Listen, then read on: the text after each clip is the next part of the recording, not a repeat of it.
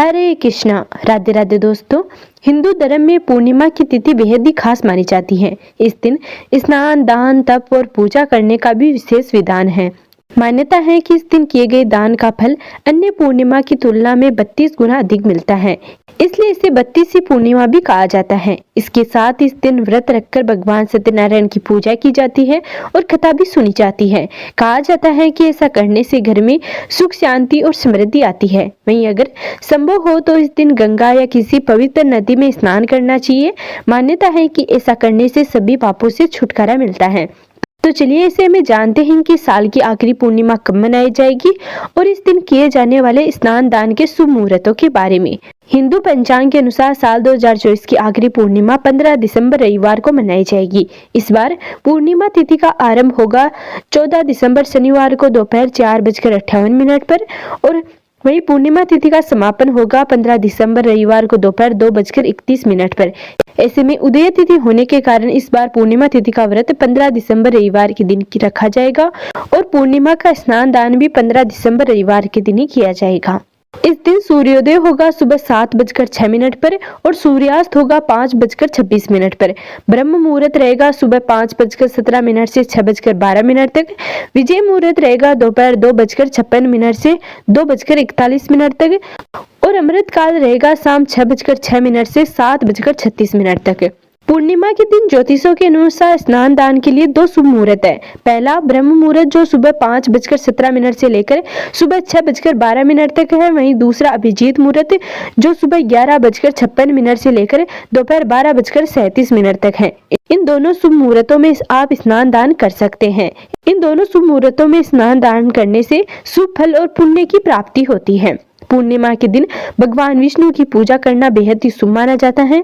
इस दिन चंद्रदेव की पूजा की जाती है। मान्यता है कि इसी दिन चंद्रदेव अमृत से परिपूर्ण होते हैं। अगर किसी की कुंडली में चंद्रमा कमजोर हो तो उसे इस दिन चंद्रदेव की पूजा और मंत्र का जाप अवश्य ही करना चाहिए। इसके साथ ही सफेद चीजों जैसे चावल, दूध या चीनी का दान करना चाहिए। धार्मिक मान्यता है कि इस दिन भगवान विष्णु और चंद्रदेव की पूजा करने से जीवन में सुख, समृद्धि आती है और सभी पापों से छुटकारा मिल जाता है। पूर्णिमा तिथि के दिन भगवान विष्णु की पूजा अर्चना करने के लिए सुबह प्रातःकाल उठे। इसके बाद स्नान करके सूर्य को जल अर्पित करने के बाद व्रत का संकल्प ले। माघ पूर्णिमा के दिन पीले रंग के वस्त्र धारण करें। इसके बाद पूजा स्थल की अच्छे से साफ सफाई करें।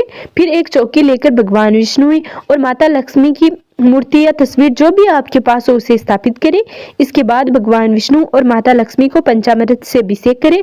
इसके बाद ओम नमो नारायण मंत्र का जाप करें।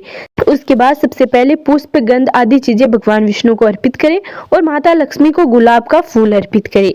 इसके बाद पूर्णिमा व्रत की कथा पढ़े और फिर घी का दीपक जलाकर अंत में भगवान विष्णु और माता लक्ष्मी की आरती करें। पूर्णिमा की रात वैसे तो जागरण करने का विशेष महत्व है। यदि आप ऐसा नहीं कर पाते हैं तो रात के समय भगवान विष्णु की मूर्ति के पास भूमि पर ही शयन करें।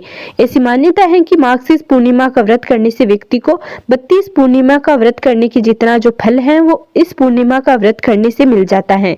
अब जानिए पूर्णिमा के दिन किए जाने वाले कुछ खास उपायों के बारे में। पूर्णिमा तिथि के दिन भगवान सत्यनारायण की कथा सुनने और पढ़ने का खास महत्व है।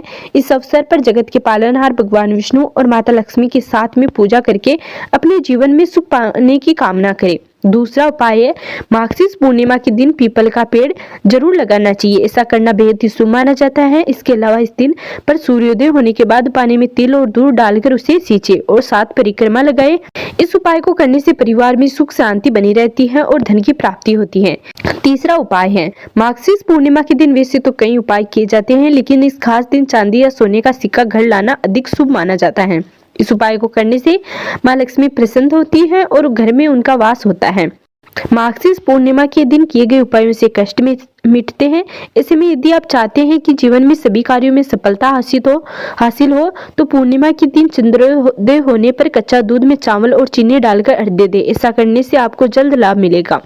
माघ पूर्णिमा के दिन पूजा के समय भगवान विष्णु को खीर का भोग लगाए। मान्यता है कि भगवान विष्णु को खीर का भोग लगाने से भगवान विष्णु प्रसन्न होते हैं। इसके अलावा जीवन में कभी भी धन की कमी नहीं होती है। तो ये था आज का वीडियो। अगर आपको हमारा यह वीडियो पसंद आया है तो प्लीज हमारे चैनल को जरूर सब्सक्राइब करें। मिलते हैं अगले वीडियो में, तब तक नमस्कार।